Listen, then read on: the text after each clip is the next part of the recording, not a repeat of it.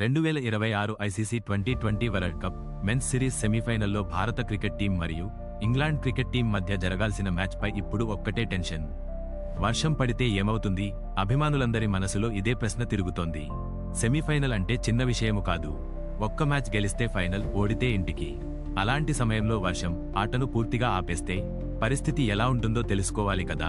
రండి, ఆ విశేషాలు ఇప్పుడు చూద్దాం. England versus India semifinal match ముంబైలోని వాఖండే స్టేడియంలో సాయంత్రం 7 గంటలకు స్టార్ట్ అవుతుంది. ముందుగా చెప్పుకోవాల్సిన ముఖ్యమైన విషయం ఏమిటంటే, సెమీఫైనల్ మ్యాచ్కు రిజర్వ్ డే ఒకటి ఉంటుంది. అంటే మొదటి రోజు వర్షం కారణంగా మ్యాచ్ పూర్తిగా జరగకపోతే మరుసటి రోజు మళ్లీ కొనసాగిస్తారు. మ్యాచ్ ఫలితం రావాలంటే కనీసం 10 ఓవర్ల ఆట ఒక్కో జట్టు ఆడాలి. అంతకంటే తక్కువగా ఉంటే ఫలితం ప్రకటించలేరు.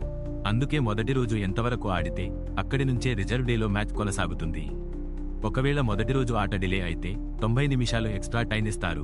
అలాగే 120 నిమిషాలు ఎక్స్ట్రా టైం ఫ్రైడే రోజు ఇస్తారు. కానీ అసలు ట్విస్ట్ ఏమిటంటే, 2 రోజులు కూడా వర్షం వల్ల ఒక్క బంతి కూడా ఆడలేకపోతే అప్పుడు సూపర్ 8 దశలో ఎవరు పాయింట్స్ టేబుల్లో పై స్థానంలో ఉన్నారో వారు ఫైనల్కు అర్హత సాధిస్తారు. ఈ టోర్నీలో సూపర్ 8లో ఇంగ్లాండ్ టాప్లో నిలిచింది, భారత్ రెండో స్థానంలో ఉంది. అందుకే సెమీఫైనల్ పూర్తిగా జరగకపోతే ఇంగ్లాండ్ నేరుగా ఫైనల్కు వెళ్తుంది. భారత్ టోర్నమెంట్ నుంచి బయటకు వస్తుంది. మ్యాచ్ ఆడకుండానే ఇలా నిర్ణయం రావడం అభిమానులకు కష్టమే అయినా ఐసీసీ నిబంధనలు అలానే ఉన్నాయి. గతంలో కూడా భారత్ ఇలా వర్షం కారణంగా కీలక మ్యాచ్లో టోర్నమెంట్ నుండి నిష్క్రమించాల్సి వచ్చింది. 2002లో జరిగిన ఛాంపియన్స్ ట్రోఫీలో ఇండియా వర్సెస్ శ్రీలంక మ్యాచ్, 2003లో జరిగిన వరల్డ్ కప్ ఫైనల్లో ఇండియా వర్సెస్ ఆస్ట్రేలియా మ్యాచ్ ఇండియాకి ఈ సమస్య ఎదుర్కొంది.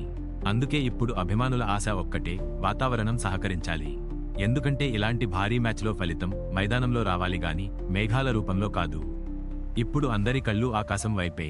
వర్షం పడుతుందా లేక పూర్తి మ్యాచ్ చూడగలమా? ఇదే ఉత్కంఠ. ఈ టాపిక్ పై మీ అభిప్రాయాన్ని కామెంట్ బాక్స్లో మాకు తెలియజేయండి. మరో ఇంట్రెస్టింగ్ వీడియోతో మళ్ళీ కలుద్దాం. నమస్తే.